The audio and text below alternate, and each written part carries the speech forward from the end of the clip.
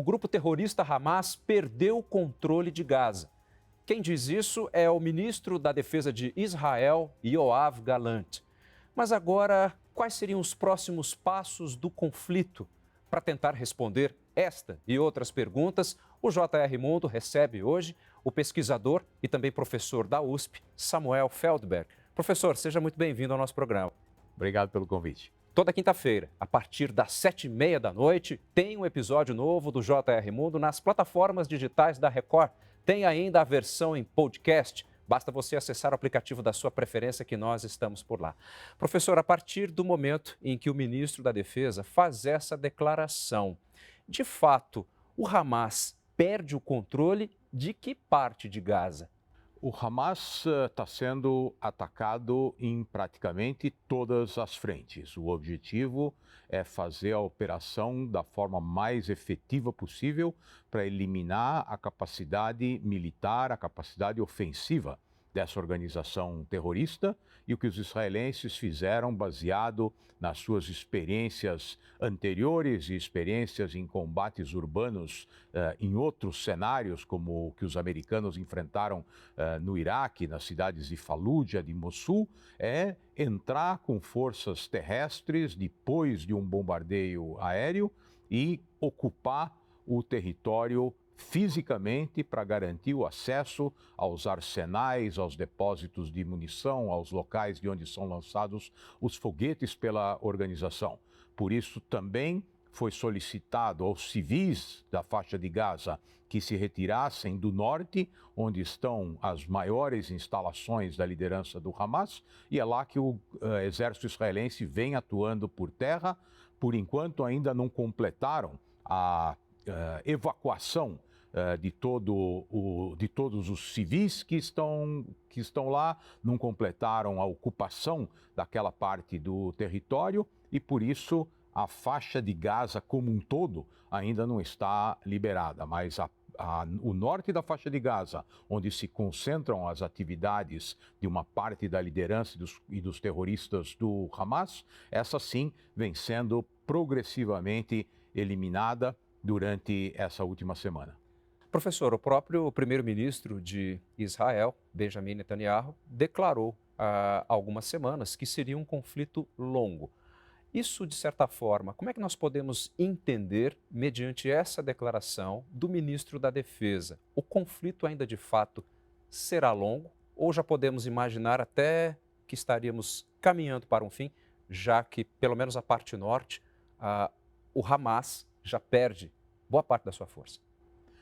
Não podemos prever quanto tempo esse conflito pode levar, porque não temos a informação sobre a capacidade que o Hamas ainda retém em outras áreas da faixa de Gaza. Obviamente, conforme as forças israelenses forem avançando em direção ao sul, vai haver, por um lado, uma limitação da capacidade de atuação dos terroristas, mas, por outro lado, também vai haver um cuidado maior com a população civil que se encontra no sul da faixa de Gaza, principalmente nesse momento, sendo utilizada como um escudo humano por esses terroristas. Então, todas essas alegações de bombardeios indiscriminados por parte de Israel não correspondem à realidade. O Israel está realizando uma operação de guerra contra um grupo terrorista fortemente armado que não tem nenhum respeito pelas vidas humanas, nem dos reféns israelenses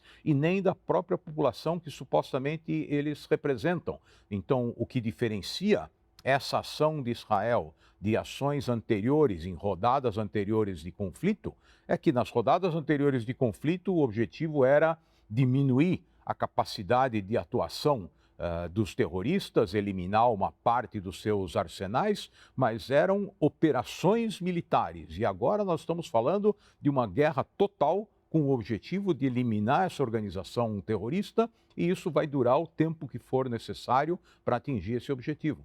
Professor, como é que o senhor vê a postura do primeiro-ministro? Eu já li críticas no tom de que ele demorou muito para agir, sobretudo porque teria feito certas alianças com uma parte mais ultradireita, digamos assim, de Israel, acabou não talvez contemplando certos acordos com a Cisjordânia, em paralelo, acaba deixando o Hamas crescer. Como é que o senhor vê esse tipo de afirmação crítica? São duas alegações diferentes e que têm que ser respondidas de formas diferentes. Primeiro, obviamente, Israel tem um governo que, com a participação de elementos da ultradireita, que vinham se focando ao longo de todo o ano no que acontecia na Cisjordânia, inclusive porque havia a percepção de que há uma trégua em vigor com o Hamas e as outras organizações terroristas que atuam na faixa de Gaza. Havia um enorme número de trabalhadores palestinos que entravam no território israelense a partir de Gaza para trabalhar no território israelense. Praticamente 100 mil palestinos em Gaza dependiam da renda desses trabalhadores palestinos no território israelense, justamente na região da fronteira que foi atacada pelos terroristas do Hamas. Então, esse é um dos absurdos desse ataque. O Hamas atacou aquelas famílias que empregavam os palestinos que vinham diariamente da faixa de Gaza para trabalhar no território israelense. Israel. A outra resposta para a tua pergunta de por que demorou tanto tempo para os israelenses reagirem por terra, é porque, como eu mencionei antes, nós estamos falando de uma guerra que tem um prazo de duração indeterminado. Se sabia que o Hamas preparou esse ataque também com a captura dos reféns, com o conhecimento de que haveria uma reação israelense por terra e, portanto, durante 3 semanas, as forças israelenses, inclusive aqueles reservistas convocados para participar, foram preparados para essa incursão que demanda inteligência, demanda a preparação de recursos, de armas e munições necessários para uma operação dessa envergadura. Professor, partindo-se do princípio que é uma questão de tempo para que Israel extermine pelo menos as células mais visíveis do Hamas, qual seria talvez o caminho mais viável para a faixa de Gaza? O próprio primeiro-ministro já disse que, em tese, eles não vão exercer um controle. Seria por meio da autoridade palestina? Essa é uma incógnita que tem que ser respondida em conjunto com vários fatores.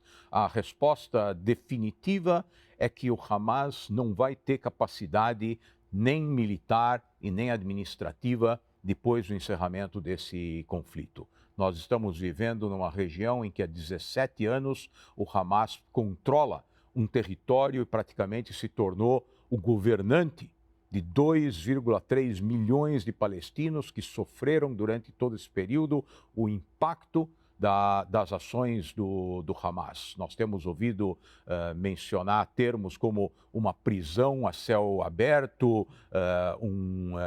um local onde as pessoas não têm absolutamente nenhuma capacidade de receber comida, combustível ou água. Vamos lembrar que ao longo dos últimos 17 anos, essa população viveu sob o controle de uma organização terrorista que tinha como objetivo e continua tendo como objetivo destruir o Estado de Israel e não administrar essa população. Ao longo de todo esse período, entraram na faixa de Gaza os meios necessários para produzir milhares e milhares de foguetes que foram lançados contra os civis israelenses. Onde está a prisão a céu aberto, que implica na impossibilidade de entrada ou saída de qualquer coisa da faixa de Gaza? E lembrando que uma das fronteiras da faixa de Gaza está no sul e faz fronteira com o Egito e não com Israel. Portanto, se há uma responsabilidade por um bloqueio, um suposto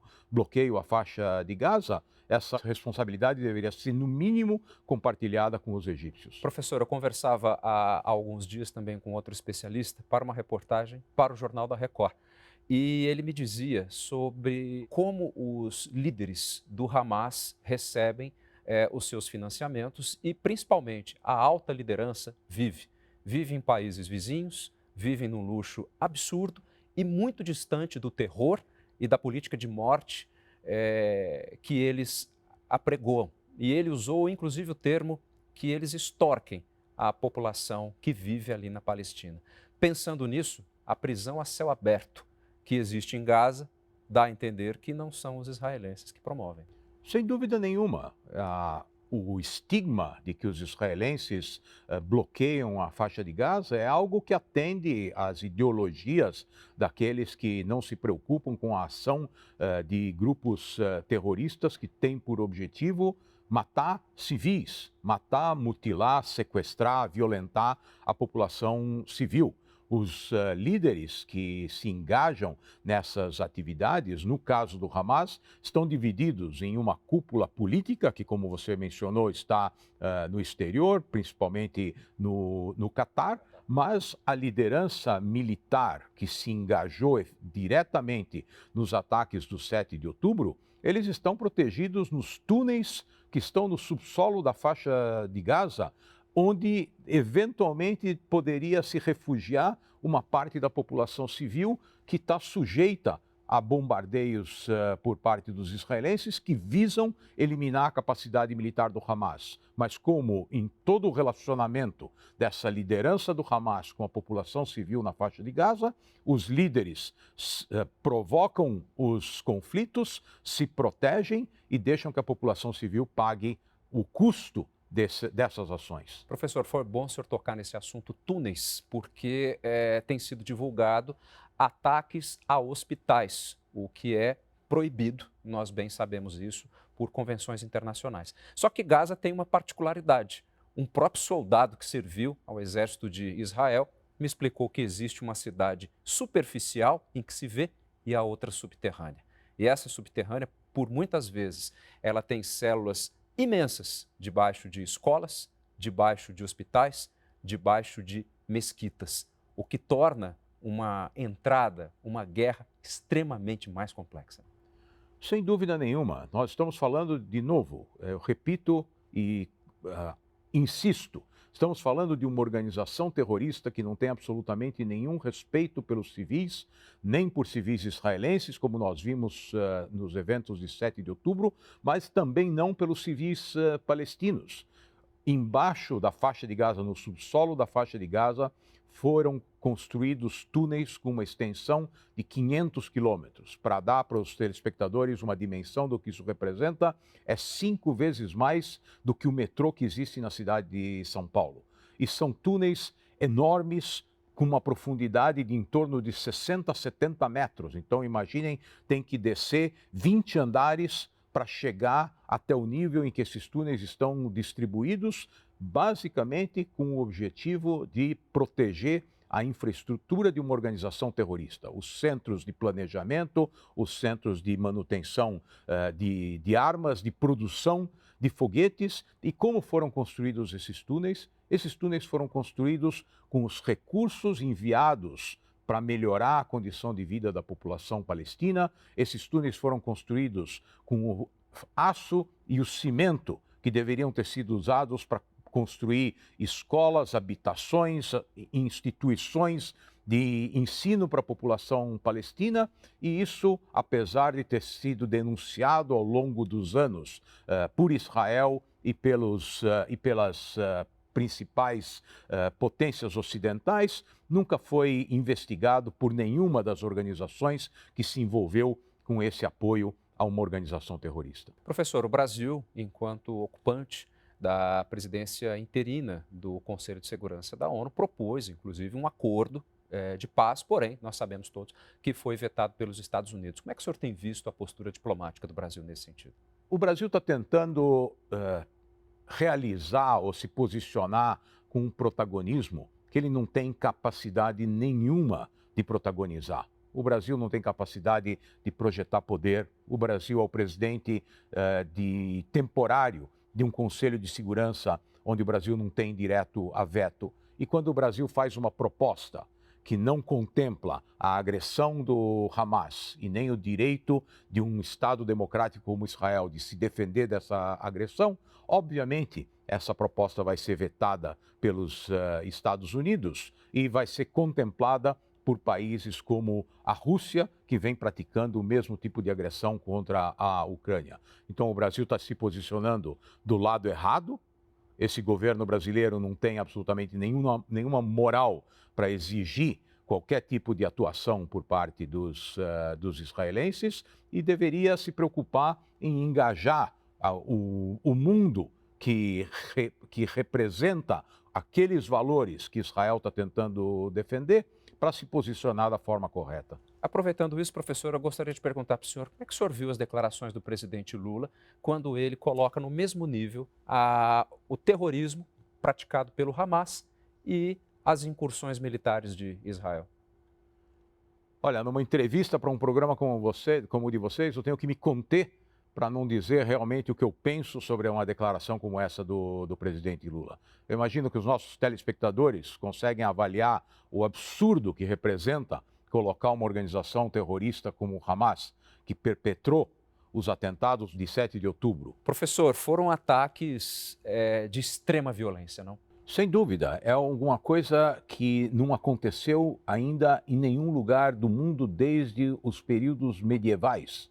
Nós temos um ataque contra uma população civil que matou 1.400 civis israelenses, ou 1.400 israelenses, entre civis e militares, e além disso sequestrou 240 civis israelenses, homens, mulheres, crianças, idosos, bebês de 9 meses e todo tipo de violências perpetradas contra essa população.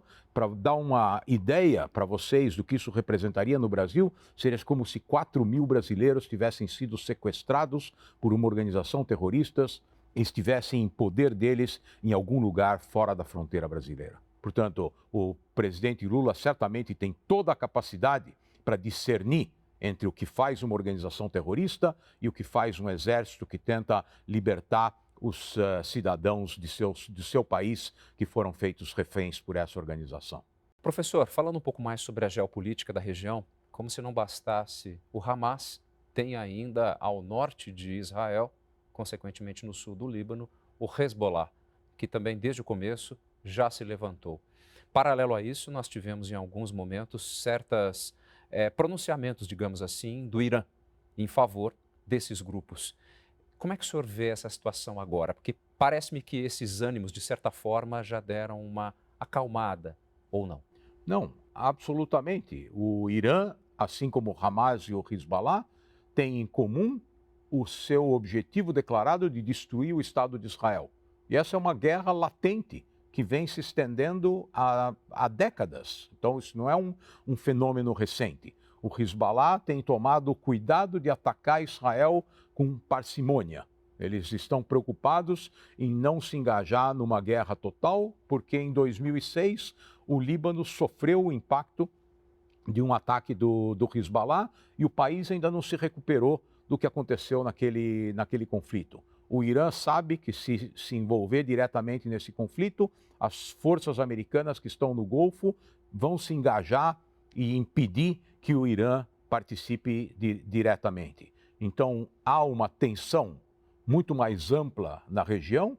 Israel está preocupada em eliminar a organização terrorista Hamas e libertar, da forma como for possível, os reféns que estão presos, mas há um impacto dessas ações do Hezbollah na fronteira do norte. Para dar uma ideia, de novo, para os telespectadores do que está ocorrendo dentro de Israel, há 250 mil civis israelenses que foram deslocados da fronteira sul e da fronteira norte, do sul porque foram atacados e do norte porque há o risco de um aumento do nível do conflito com o Hezbollah.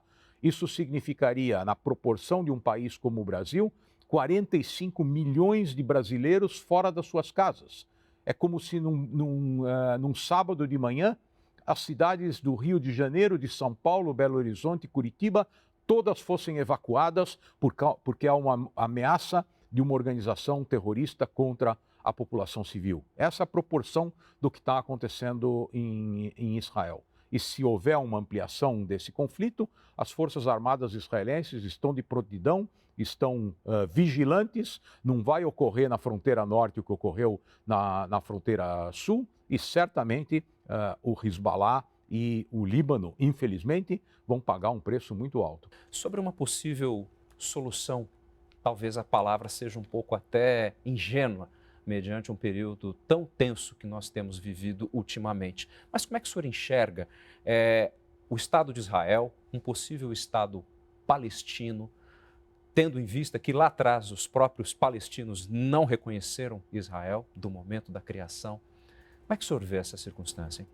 A única solução para esse problema é a criação de um Estado palestino que esteja disposto a viver em paz lado a lado com Israel. Muitíssimo obrigado pelas suas informações. Foi um prazer conversar contigo aqui no programa. Muito obrigado. Esse é o JR Mundo, nosso espaço para debater temas de importância internacional. Toda quinta-feira, a partir das 7h30 da noite, tem um episódio novo do programa nas plataformas digitais da Record. Tem ainda a versão em podcast que você acessa no aplicativo da sua preferência. Muitíssimo obrigado pela sua atenção e até o próximo programa.